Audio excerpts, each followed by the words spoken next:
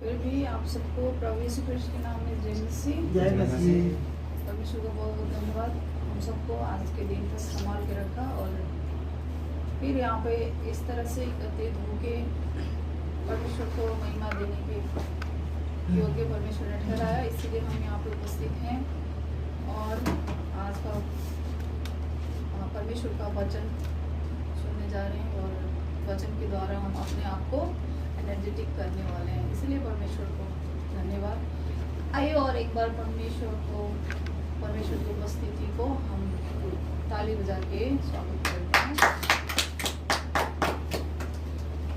परमेश्वर महान है, हमें हर वक्त परमेश्वर को शुक्रिया अदा करते रहना चाहिए, धन्यवाद ज्ञापन करते रहना चाहिए, क्योंकि ऐसे हृदय को परमेश्वर पसंद करता है। हालेलुया।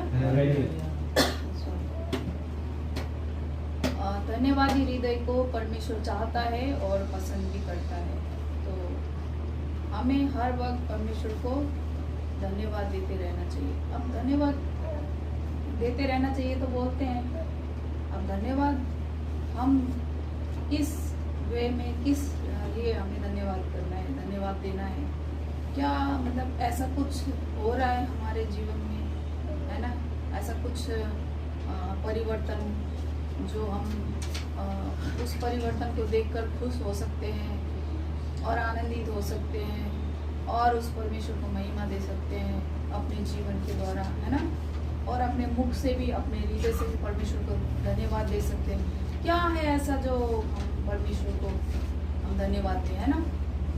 जीवन में ऐसा मतलब सिचुएशन आता है मनुष्य के जीवन में, ऐसी परिस्थितियाँ आती है कि इंसान है ना, मतलब अपने आप को खुद को संभाल नहीं पाता है कि नहीं। ऐसी परिस्थिति आती है कि मतलब हम क्या करें क्या नहीं करें, बहुत मतलब जीवन में उतार चढ़ाव है, ऐसी मतलब स्थिति आती है, ऐसे परिस्थिति से इंसान को गुजरना पड़ता है कि इंसान सोच नहीं सकता कब सोए कब जगे, है ना, कब खाएं कब पिए, क्या करें क्या नहीं करें। तो ऐसे अवस्था में मतलब कहीं कैसे ध्यान रहेगा कि हम परमेश्वर को धन्यवाद दें, है ना। हम मनुष्य होने के नाते ऐसी बहुत सारी चीजें, बहुत सारी बातें हमारे जहन में, ऐसी बहुत सारी सवाल उड़ सकते हैं ना। इस सवाल का जवाब हमें पवित्र शास्त्र बाइबल में मिलता है ना। और जो पौलुस है, जो एक समय है ना, वो मसीह विरोधी थे, मसीह को सताव करते थे बहुत, है ना, और उन्होंने क्या क्या नहीं किया। वो एक मतलब एजुकेटेड, मतलब पढ़ा लिखा, व्यवस्था का अच्छा जानकार व्यक्ति था, है ना। वो बहुत मसीह भाई को, मसीह कौम को बहुत सताता था, बहुत परेशान करता था। लेकिन एक समय ऐसा आया कि ऐसे मतलब पौल को परमेश्वर ने चुना, प्रभु यीशु ने अपना दर्शन दिखाया और उसके जीवन से, है ना, प्रभु ने कैसे काम किया, अपने काम को दर्शाया। इसीलिए उसने, वो ऐसा जीता जागता गवाह है। तो वो पौलुस हमें हमेशा समझाता है, तुम किसी भी परिस्थिति में हो, परमेश्वर के जन हो और परमेश्वर को चाहने वाले हो, परमेश्वर को जानने वाले, परमेश्वर के उस प्रेम को जानने वाले, महसूस करने वाले लोग हो, तो तुम किसी भी परिस्थिति में आनंदित रह सकोगे और परमेश्वर को धन्यवाद दे सकोगे। और ये जरूरी है, देना चाहिए। वो पौलुस बार बार उस चीज को कहते थे कि वो कितने बार अपने भाइयों के द्वारा, है ना, अपनी मंडली के लोगों के द्वारा भी, है ना, और शासकों के द्वारा भी वो अपहेलित हो गए, है ना। फिर भी वो कहते थे वो कि किसी भी परिस्थिति में हो, आनंदित रहो और परमेश्वर को धन्यवाद देते रहो। हालेलुया। तो इसी बात के लिए, है ना, कि हम जीवित हैं आज तक, है कि नहीं। हमारे हाथ पैर अच्छे हैं, हम ऐसे भीड़ भाड़ में चलते हैं, ऐसे सिचुएशन में हम अपने जीवन को व्यतीत करने की कोशिश कर रहे हैं, इतना प्रयत्न कर रहे हैं, बहुत कुछ कर रहे हैं, है ना, निराशा से भी गुजर रहे हैं, फिर भी हमारे मन में ऐसे नकारात्मक ख्याल नहीं आ रहे हैं। बहुत से लोग है ना डिप्रेशन में जाते हैं, बीमार हो जाते हैं, बहुत मतलब नकारात्मक प्रभाव के शिकार हो जाते हैं और अपने आप को, अपने जीवन को समाप्त करते हैं। लेकिन हमारे सामने ऐसी परिस्थितियां अभी नहीं आई। हमें परमेश्वर को बहुत बहुत धन्यवाद। वो इसलिए नहीं आई क्योंकि परमेश्वर हमारी सुधि लेता है। हालेलुया। हमारे सुधि लेने वाला कौन है? परमेश्वर है। हम यद्यपि किसी भी टाइम में हम परमेश्वर को भूलते हैं, है ना, परमेश्वर को हम धन्यवाद देना भूल जाते हैं, परमेश्वर की उस काम की बड़ाई करना, प्रशंसा करना हम भूल जाते हैं। लेकिन हमारे जीवन में कभी कभी ऐसे मोड़ आ जाते हैं ताकि हम उस समय परमेश्वर को याद करें। आमीन। मनुष्य के जीवन में तकलीफ आना भी जरूरी है ना। रोड में मतलब ऐसी बहुत सारी मोड़ आती, क्यों आती है? ताकि ड्राइवर अपने स्पीड को कंट्रोल करे और मतलब बहुत सारी ऐसी दुर्घटनाओं से मतलब बचे। ब्रेकर्स लगे होते हैं बीच बीच में, है ना। नहीं तो जो गाड़ी चलाने वाले होते हैं, जो ड्राइवर्स होते हैं, है ना, जिनकी अपनी गाड़ी होती है या मतलब दूसरों की गाड़ी चला रहे होते हैं, तो ऐसे मतलब गाड़ी वगैरह चलाते हैं कि उनको मतलब कि परवाह नहीं होती किसी की, ना खुद की ना दूसरों की लाइफ की, है ना। वो खुद भी ऐसे संभावना होते हैं, वो खुद भी एक्सीडेंट के मतलब शिकार हो सकते हैं और उनके सामने आने वाले कोई भी मतलब शिकार बन सकते हैं, है ना। तो इसीलिए वो ब्रेकर्स रख दिए जाते हैं ताकि वो कंट्रोल करे, है कि नहीं। तो उनको पता चल जाता है कि यहाँ पे ब्रेकर्स है, मुझे अपना मतलब स्पीड कम करना है और मेरी जो गाड़ी है मतलब सुरक्षित रहे और मैं भी सुरक्षित रहूँ और सामने वाला भी, है ना। इसीलिए तो हमारे मनुष्य के जीवन में भी ऐसी कष्ट परेशानियाँ इसीलिए आती है ताकि हम जब किसी भी टाइम परमेश्वर को भूल रहे होते हैं तो याद कर सके। हालेलुया। तो हमें घबराना नहीं है किसी भी परिस्थिति से, किसी भी आने वाले जीवन में आने वाली कष्ट से, किसी भी चुनौतियों से, क्योंकि उसका सामना करने के लिए कौन है? हमारे प्रभु यीशु मसीह। हालेलुया। परमेश्वर का बहुत बहुत धन्यवाद। आइए हम वचन से देखेंगे हिब्रू के पुस्तक 3 अध्याय 7 से लेके 19 तक। इस कारण पवित्र आत्मा भन्नुहुन्छ, आज तिमीहरूले उहाँको शब्द सुन्यौ भने उजाड स्थानमा परीक्षाको समयमा विद्रोहका दिनमा गरे जस्तो आफ्ना हृदयलाई कठोर नपार, जहाँ तिम्रा पुर्खाहरूले मेरो परीक्षा गरे र 40 वर्षसम्म मेरा कामहरू देखे। यसकारण त्यस पुस्तासँग म क्रोधित भएँ र भने तिमीहरूका हृदय सधैँ बरालिन्छन्, तिनीहरूले मेरा मार्ग चिनेका छैनन्।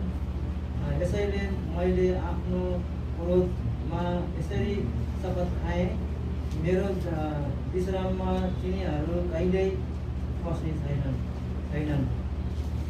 भाइ होस् गर तिमीहरूमध्ये कसैमा भएको दुष्ट र अविश्वासी हृदयले तिमीहरूलाई जीवित परमेश्वरबाट टाढा नलैजाओस्। जबसम्म आजको दिन भन्ने कुरा छ, तबसम्म एउटाले अर्कालाई आरती देऊ र पापको छलछामले तिमीहरू कसैको हृदय कठोर नहोस्। यदि हामीले हाम्रो सुरुको भरोसालाई अन्त्यसम्म दृढता साथ थामी राख्यौँ भने हामी ख्रिस्टका सहभागी भएका छौँ। धर्मशास्त्रले भन्दछ, आजै तिमीहरूले उहाँको शब्द सुन्यौ भने विद्रोहका दिनमा जस्तै गरी आफ्नो हृदय कठोर नपार। सुन्नेहरू को थिए जसले सुनेर पनि विद्रोह गरे? के ती सब तिनीहरू नै होइनन् र जो मोसाको नेतृत्वमा मिश्र देशबाट निस्किआएका थिए? कोसँग उहाँ 40 वर्षसम्म क्रोधित हुनुभयो? के ती पाप गर्नेहरूसँग होइन जुनहरू उजाड स्थानमा मरेर गएका थिए? आज्ञा नमान्नेहरू नै उहाँको विश्राममा कहिल्यै पस्न पाउने छैनन् भनी उहाँले शपथ हुनुभएको होइन र त्यसैले हामी देख्दछौँ अविश्वासको कारणले नै तिनीहरू बस्न सकेनन्। हालेलुया, परमेश्वर का बहुत बहुत धन्यवाद।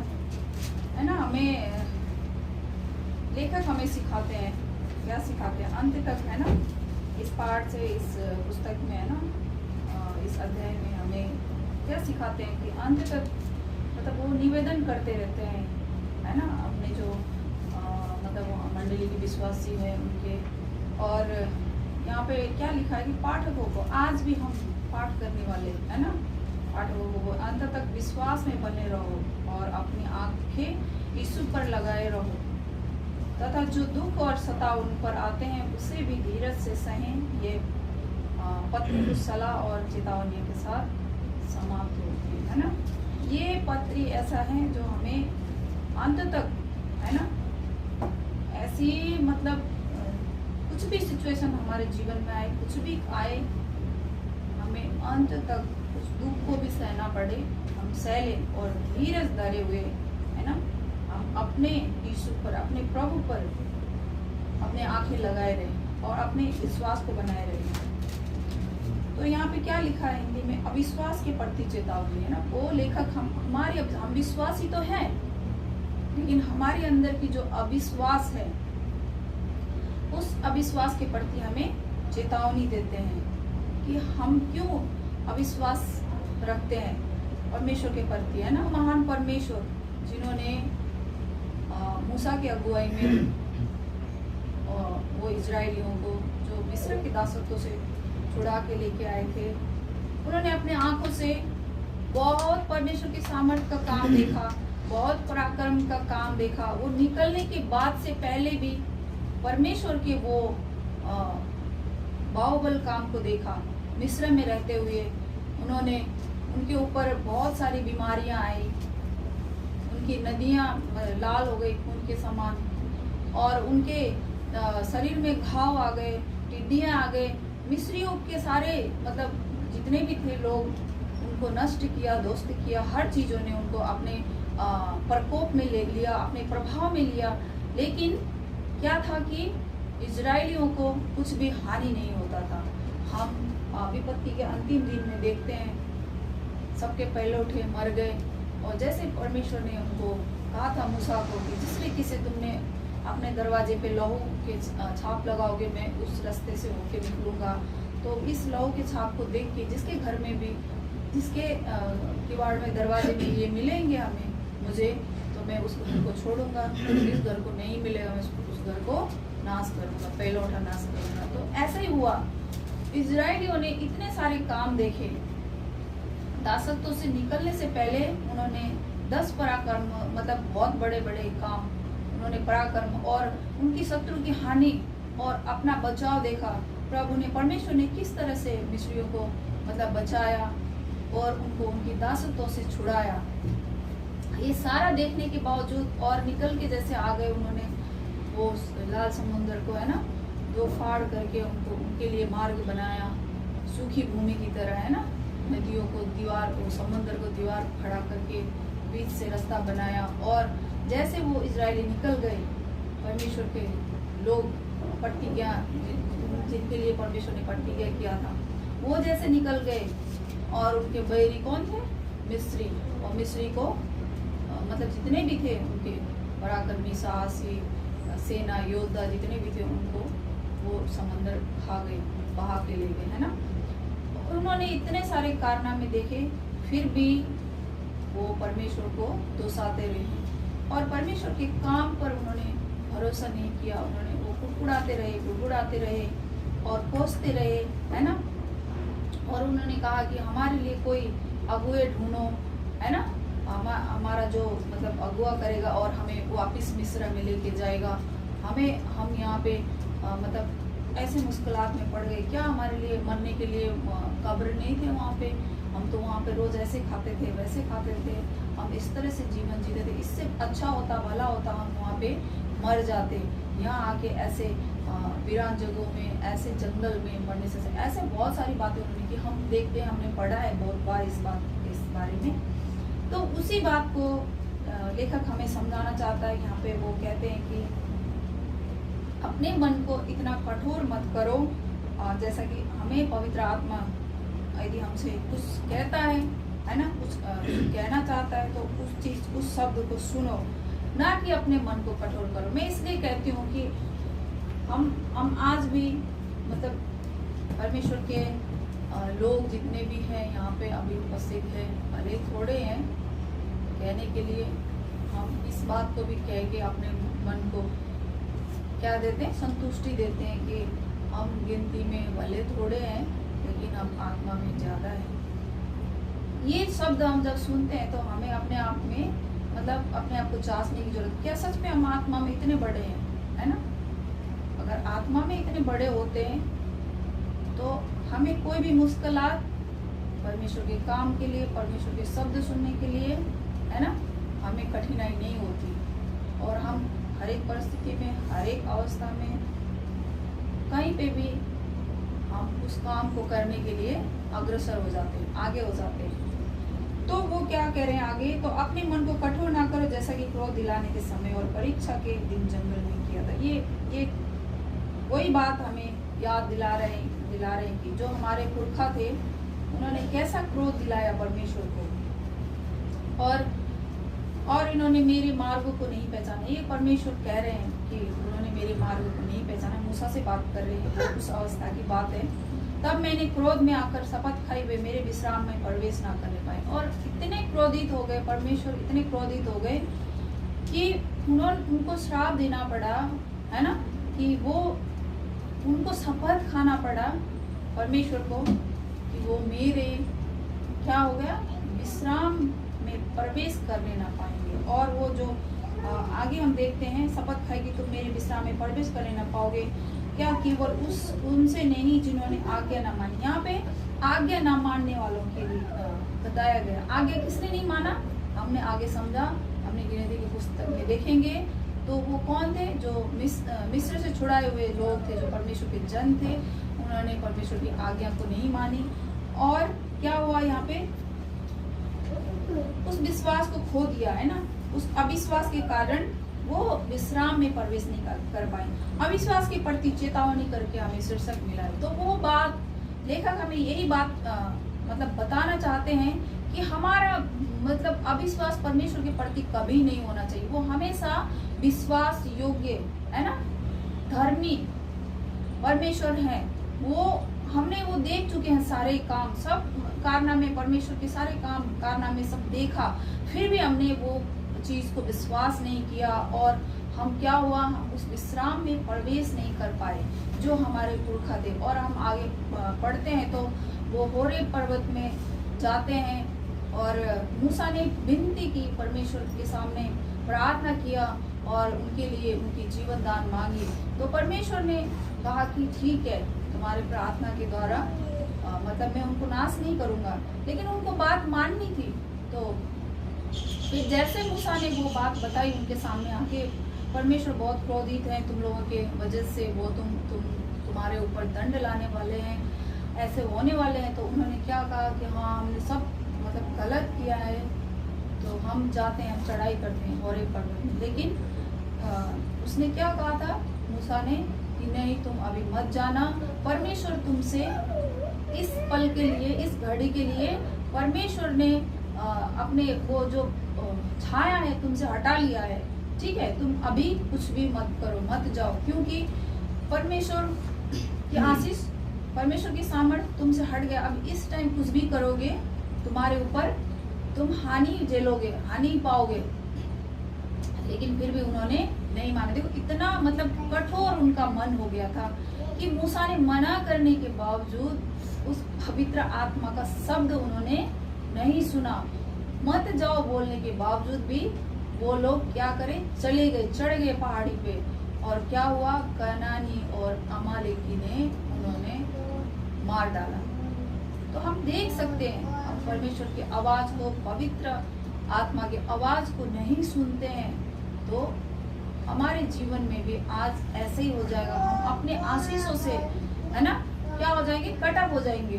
परमेश्वर से आने वाले आशीषों से हम कटअप हो जाएंगे और हमारा जीवन जब परमेश्वर का प्रभाव और परमेश्वर का जो छाया, जो प्रकाश है हमसे हट जाता है, तो हमारा जीवन क्या होता है, समाप्त हो जाता है, वीरान हो जाता है, उजाड़ हो जाता है। तो इसीलिए हमें अपने मन को कठोर नहीं करना है और परमेश्वर की उस आवाज को, शब्द को, वो मूसा के द्वारा पवित्र आत्मा कह रहा था कि इनको रोको, लेकिन वहाँ पे क्या हुआ कि मूसा की बात नहीं मानी। हम पढ़ते हैं तो आगे क्या देखते हैं, वाचा का संदूक और मूसा टेंट के तंबू के अंदर थे, बाकी सब चले गए थे। और वो लोग जितने होरे पर्वत में चढ़ने की कोशिश की, मना करने के बावजूद भी उनको हवाले की और कनानी द्वारा मौत मिला। तो आज हमें कहने का मतलब ये है कि कोई आपको मतलब आपके अविश्वास के प्रति आपको चेतावनी देता है, आपके अविश्वास घटने की संकेत देता है, कोई आपको बताता है, कोई समझाता है, कोई अगुआ हो, विश्वासी हो, हर जन हमें ये बात नहीं समझा सकता। हर कोई लोग परमेश्वर की सामर्थ्य को, पवित्र आत्मा की बात को नहीं समझता है।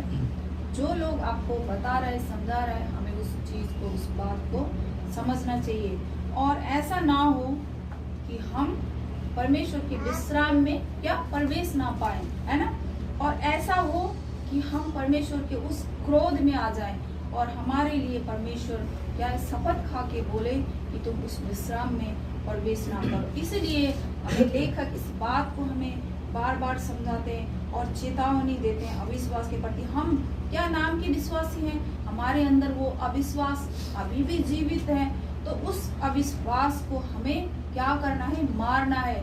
और विश्वास के लिए क्या करना है, उसको तैयार करना है, उस अविश्वास को। और हमें उस प्रकार के वो जल से हमें सींचना है, ताकि हमारा विश्वास परमेश्वर के प्रति, है ना, वो बढ़ता रहे। और किसी भी सिचुएशन में, किसी भी परिस्थिति में हमें पौलुस ये भी कहते हैं कि तुम वो परमेश्वर के प्रेम से हमें कोई चीज अलग ना कर सके, जो हमारे जीवन में आने वाली कठिनाई हो या खुशी हो या आनंद हो या फिर ये लगा लो या स्वर्गदूत हो या फिर संसार की कोई भी वस्तु हो, इवन हमारे जीवन में जुड़े हुए लोग भी हो, हमारे बहुत खास इम्पोर्टेंट हो, यूं लगा ले, हम अपने बच्चे को लगा ले, हम अपने पति पत्नी को लगा ले, है ना। क्या चीज है ऐसा जो हमें परमेश्वर के प्रेम से और परमेश्वर के उस अनुग्रह से हमें अलग कर सकता है? कोई भी चीज नहीं है, क्योंकि ये सारी चीजें परमेश्वर के आगे क्या है, शून्य है। परमेश्वर ने हमारे लिए क्या किया, उन्होंने अपने स्वर्गीय महिमा को छोड़ा और उन्होंने क्या किया, धरती में आके क्या किया, डेरा किया। हम यूहन्ना 1 की पत्री में पढ़ते हैं, बपतिस्मा देने वाले यूहन्ना की पत्री में हम पढ़ते हैं, तो वहाँ पे में पढ़ते जाएंगे तो नीचे लिखा है कि उन्होंने क्या किया, यहाँ पे हमारे मध्य डेरा किया आके। क्यों? क्योंकि हम ऐसे जीवन से हम मुक्ति पा सके और क्या कर सके, हम उस क्रोध से जो हमारे पुरखा भस्म हो गए थे, उस वाचा की हुई देश में वो नहीं जा पाए थे, या उस विश्राम में, उस आनंद में प्रवेश नहीं कर पाए, क्योंकि उन्होंने क्या किया, अपने मन को, अपने हृदय को कठोर किया। तो आज भी हमें चेतावनी देते हैं। तो और आगे वहाँ पे हम पढ़ते हैं तो संदर्भ में तो उसने क्या लिखा है कि पाठक को कौन है, आज के लिए भी ये बात बोली गई है और आगे और भी अंत तक, सृष्टि जगत के अंत तक के विश्वासियों के लिए ये चेतावनी दी गई है कि तुम अपने मन को कठोर ना करो। हम भजन संहिता की पुस्तक देखेंगे 95 7 और 8 पढ़ दीजिए आप लोग। क्योंकि वही हमारा परमेश्वर है और हम उसकी सराय की प्रजा और उसके हाथ की पैरों हैं। भला होता कि आज तुम उसकी बात सुनते, अपना हृदय ऐसा कठोर मत करो जैसा मोरीबा में वो मस्सा के दिन जंगल में हुआ था। यहाँ पे भी हमें वचनकार यही बात को समझा रहे हैं कि यहाँ पे भी यही लिखा हुआ है, क्योंकि वही हमारा परमेश्वर है। कौन है? जिन्होंने हमारे पूर्वजों को, जिन्होंने हमारे बाप दादाओं को दासत्व से छुड़ाया था, है ना, जिन्होंने 40 साल तक, वो 40 दिन के रास्ते को उन्होंने 40 साल का लंबा कठोर बनाया और फिर भी परमेश्वर ने 40 साल तक उनको क्या किया, मन्ना खिलाया।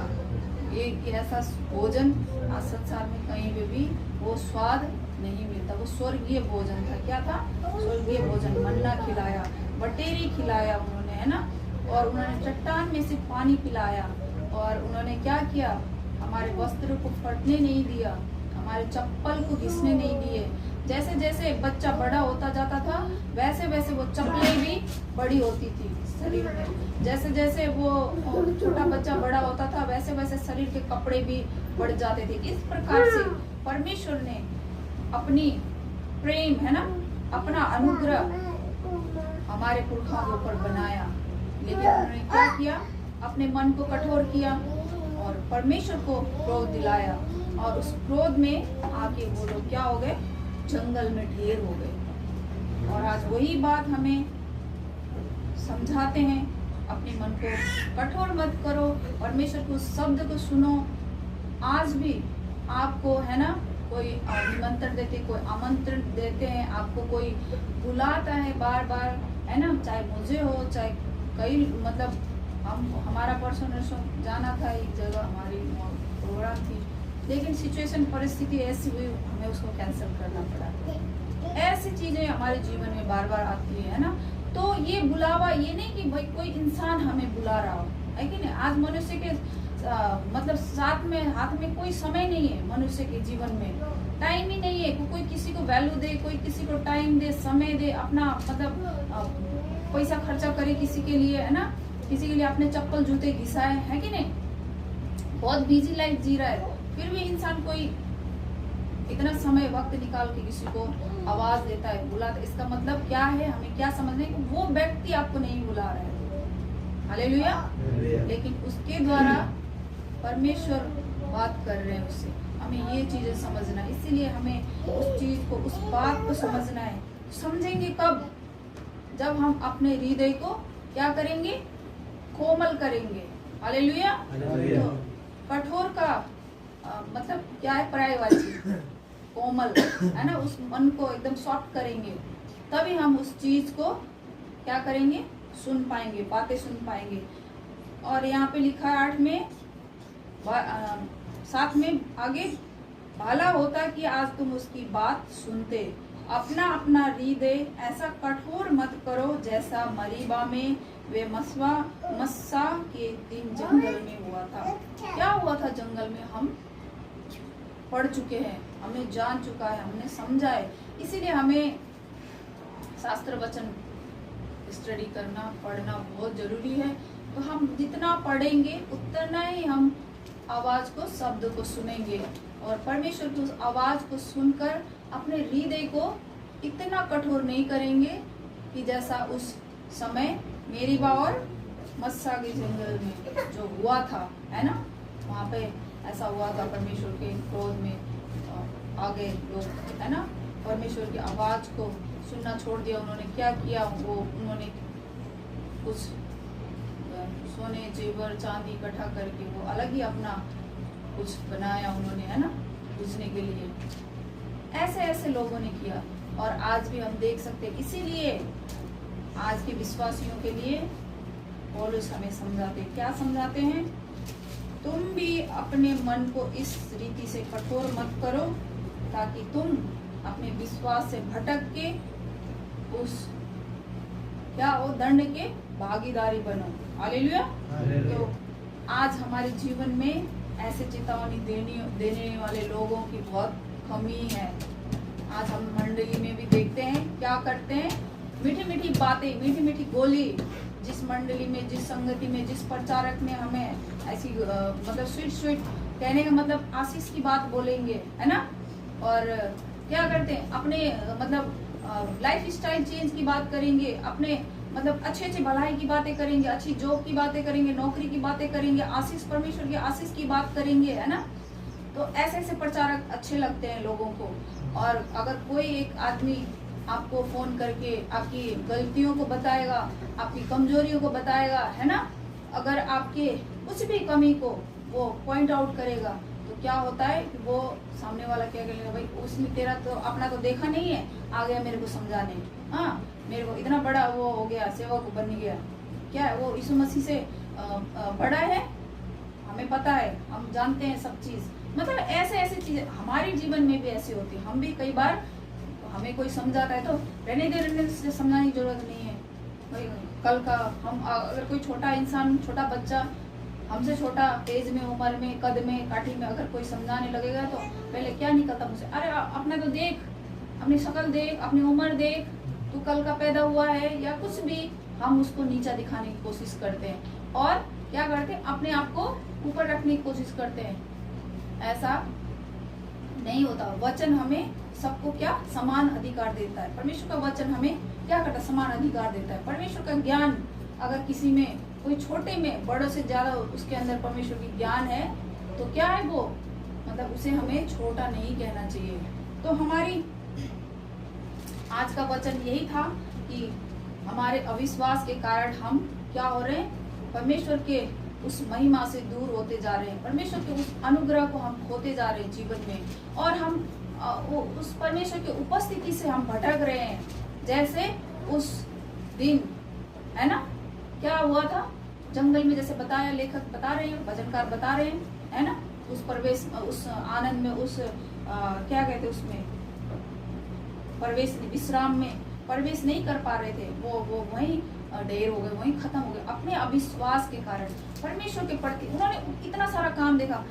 आज हम देखते हैं तो क्या है, हम वो विश्वासी हैं जिनको यीशु मसीह ने पहले ही बोला, धन्य है वो जिन्होंने मुझे बिना देखे विश्वास किया है। हालेलुया।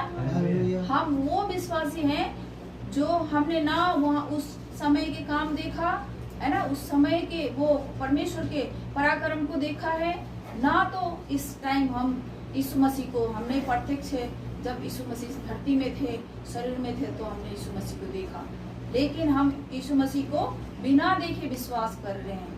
हालेलुया। ये हमारे लिए प्रभु यीशु ने धन्य है कहा है, हम धन्य के हैं। इस धन्य को हमें और भी धन्य बनाए रखने के लिए क्या करना है, परमेश्वर को हमें अपने मन को कठोर नहीं करना है, उस आवाज को सुनना है। हमें परमेश्वर, एकदम ही हम अकेले भी हैं, कहीं नहीं है हमारे पास मतलब सेवा संगति नहीं है, हम ऐसा अनाकंडार जगहों में हैं, फिर भी क्या है, परमेश्वर हर कहीं है। हमें अपने ईमानदारी को, अपनी उपस्थिति को, क्योंकि परमेश्वर ने हमें बनाया है, प्रभु यीशु ने हमें चुना है, ना कि हम बहुत धर्मी होने के नाते नहीं, हम पापी थे तभी हमें परमेश्वर ने चुना है। परमेश्वर ने हमारे पाप को क्या किया है, धोया है अपने लहू के द्वारा, हमें छुटकारा दिया, हमें उद्धार दिया है। इसीलिए हमें हमेशा धन्यवादी रहना है और अपने हृदय को नम्र बनाना है, कोमल बनाना है और कठोर नहीं बनाना है। परमेश्वर का जन, परमेश्वर का दास हमें ये बात समझाते हैं कि ताकि आने वाली पीढ़ी, आने वाली जनरेशन इस बात को समझे और क्या करें, परमेश्वर की उस आवाज को सुन के अपने हृदय को कोमल करके और परमेश्वर से आने वाले उस अनुग्रह को हम पा सके और परमेश्वर के वो क्रोध से हम बच सके। हालेलुया। आज का वचन यही है, मैं यही रखती हूँ। मैं आशा करती हूँ अवश्य आप लोगों ने वचन को समझा होगा। परमेश्वर आप सभी को आशीष करे और मुझे भी। धन्यवाद। जय मसीह।